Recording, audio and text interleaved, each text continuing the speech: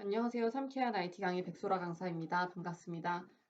우리 계속해서 C 언어랑 자바의 차이점, 공통점을 보고 있는데 이번 시간에는 어, 지금 배열 부분을 좀 같이 보도록 할 거예요.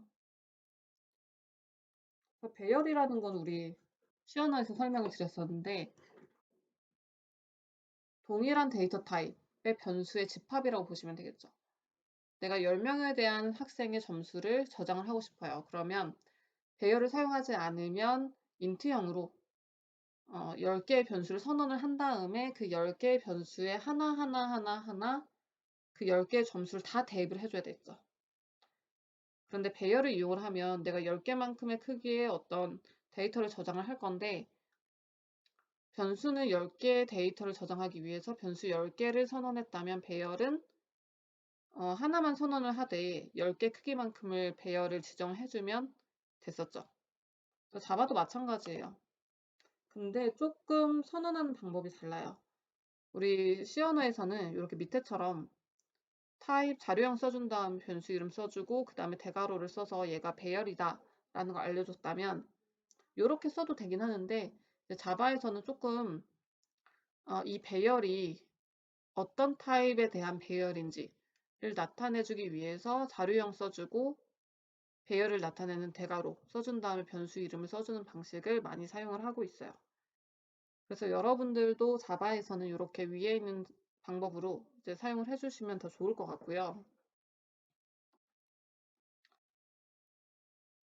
그래서 자바에서는 이런 식으로 배열을 선언하고 생성을 할 수가 있어요. 이 부분이 C 언어에서 조금 다르죠. 그래서 내가 스코어라는 이름으로 인트형 배열을 선언할 건데 3개만큼의 크기를 선언을 하겠다. 스코어를 선언하고 배열 선언하고 3개만큼의 크기를 생성을 하겠다. 라고 한 다음에 컴퓨터는 숫자를 0부터 세니까 0번지, 1번지, 2번지 만큼의 이 3개만큼의 크기를 생성을 했는데 0번지, 1번지, 2번지가 있는 거고 각각의 번지수에 차례 순차적으로 대입을 시켜줄 수가 있는 방법이 첫 번째고요. 이런 식으로 할 수가 있겠죠, 얘도. 우리 3개만큼의 크기를 줄 건데 왼쪽처럼 하나 대입을 해주는 것보다는 포문을 이용을 해서 대입을 해줄 수도 있을 거고요.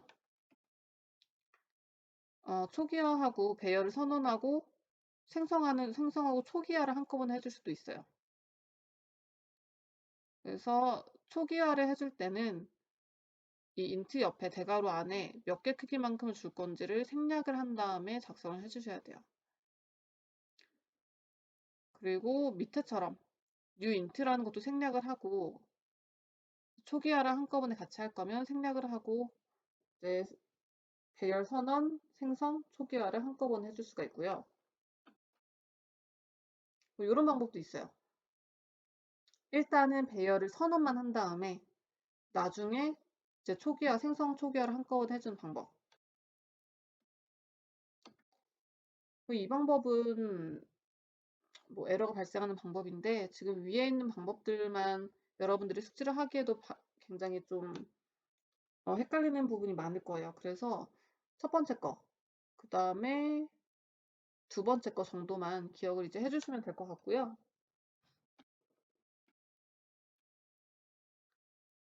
아까 전에 우리가 배열을 선언하고 생성하고 초기화를 한다라고 했어요.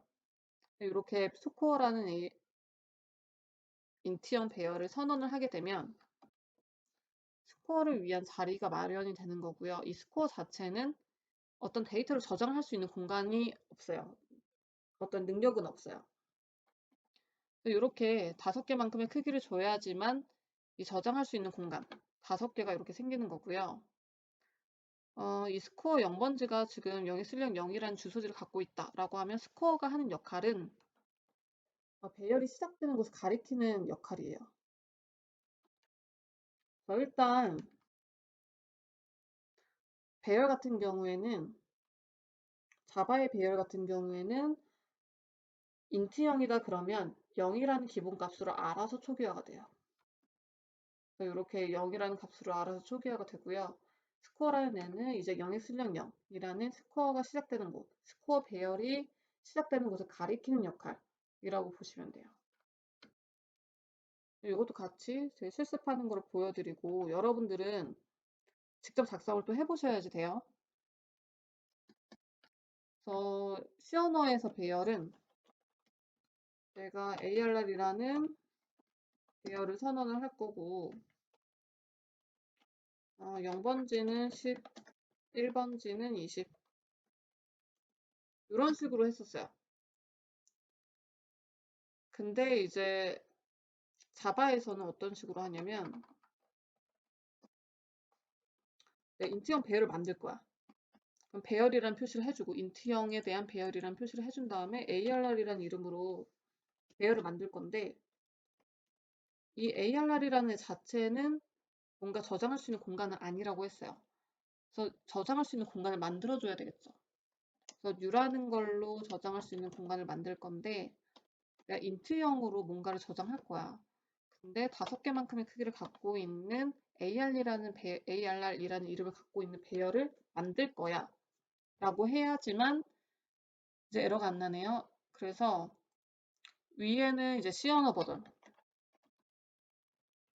버전이라면 자바에서는 이 ARR이라는 이름 자체가 어떤 데이터를 저장할 수 있는 공간이 아니니까 그거를 좀 더 명확하게 하기 위해서 이렇게 구분했다라고 보시면 될 것 같아요.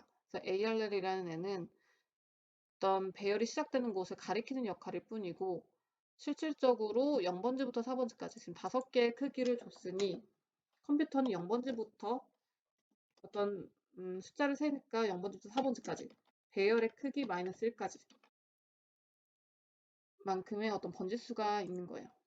그래서 ARR의 0번지에는 10, ARR 1번지에는 20 이런 식으로 해서 어떤 것을 넣을 수가 있겠죠.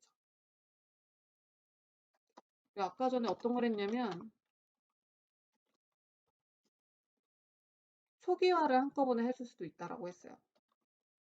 근데 초기화를 해줄 건데 5개만 할까요? 1, 2, 3, 4, 5라는 값으로 초기화를 해줬어요.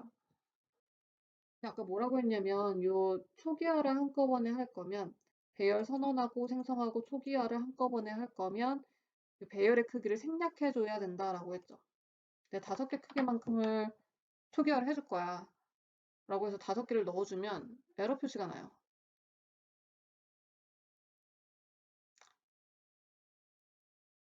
왜냐하면 이거는 사용자가 실수를 할 수가 있기 때문에 프로그래머가 실수를 해서 내가 5개 크기만큼 준다고 했는데 초기화를 뭐 6개, 7개, 8개 데이터를 이렇게 넣어줬어요. 그래서 이런 실수를 범하지 않도록 이 이클립스 자체가 이런 오류를 범하지 않도록 사전에 제거를 해주는 거죠. 이런 상황들을. 그래서 초기화를 해줄 때는 크기를 생략을 해라 라는 거고요. 얘네들을 그냥 프린트를 해서 우리 포문을 이용을 해서 i가 0부터 시작을 해서 i가 뭐 ARR의 크기보다 작을 때까지 AR 크기는 5죠. 5보다 작을 때까지 i를 하나씩 증가를 시키면서 뭘 할 거냐면 이 ARR이 갖고 있는 내용들을 출력을 해주라라는 거예요. 이렇게 출력을 할 수도 있고요. i가 0부터 시작해서 ARR 배열의 크기 5개보다 작을 때까지 요 조건식이죠. 작을 때까지니까 4까지 뭘 하냐면 하나씩 증가를 시키면서 포문을 돌리는 거예요. 그래서 포문은 초기식, 조건식, 증감식 이렇게 쓴다고 했죠. 그리고 이 조건이 맞다라고 하면 중괄호 안에 있는 내용을 실행해라 라는 거였죠. 그래서 이렇게 할 수도 있고요. 우리 배열에 있는 내용을 출력을 하는 방법은 arrays라는 애를 통해서 arrays.toString이라는 애를 통해서 arrays.toString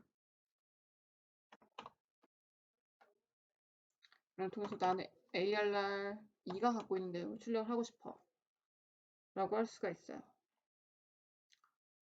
arrays라는 애 안에 toString이라는 요 애가 있는데 메소드 함수가 있는데 이 함수를 통해서 이제 AR2라는 배열 이름을 넣어주면 얘가 갖고 있는 내용들을 다 출력을 해준다라는 거예요. 그래서 이 상태로 실행을 해보면 짜잔짠 지금 첫 번째 ARR이라는 애가 5개의 크기를 갖고 있는데 제가 0, 1, 3번지에만 값을 넣어줬네요. 그러면 기본적으로 인트형 배열은 0이라는 값으로 먼저 초기화가 된다라고 했죠. 즉 2번지, 4번지에 아무것도 넣어주지 않았더니 2번지, 4번지는 0이라는 값으로 초기화된 내용이 실행이 됐고요. 그리고 이제 arrays.toString을 이용을 해서 AR2라는 배열이 갖고 있는 내용을 출력을 했더니 이렇게 대괄호 안에 지금 1부터 10이라는 값이 출력된 거를 확인을 할 수가 있죠. 자바에서는 C 언어보다 조금 더 편리한 기능들이 많이 있어요. 조금 다른 점도 있지만 편리한 기능이 많이 있어서 이 toString 같은 경우에는 배열의 요소들 확인, 출력하는 역할이다 라고 보시면 될 거예요. 포문을 이용을 해서도 할 수 있고 이제 toString을 이용을 해서도 출력을 할 수가 있는데 이제 toString 같은 경우는 출력하는 기능, 어떤 확인하는 기능만 있다고 보시면 되고 출력은 이제 println으로 하니까 확인하는 기능만 있다라고 보시면 되고요. 내가 요소들끼리 더하거나 빼거나 곱하거나 나누거나 어떤 연산을 하는 경우에는 뭐 포문을 쓰거나 while문을 써서 해줘야 되겠죠. 자, 이렇게 해서 C 언어랑 자바의 어떤 배열을 선언하고 생성하고 초기화하고 사용하는 방법, 차이점과 공통점을 확인을 해봤습니다. 이렇게 해서 이번 배열에 대한 강의도 마치도록 하겠고요.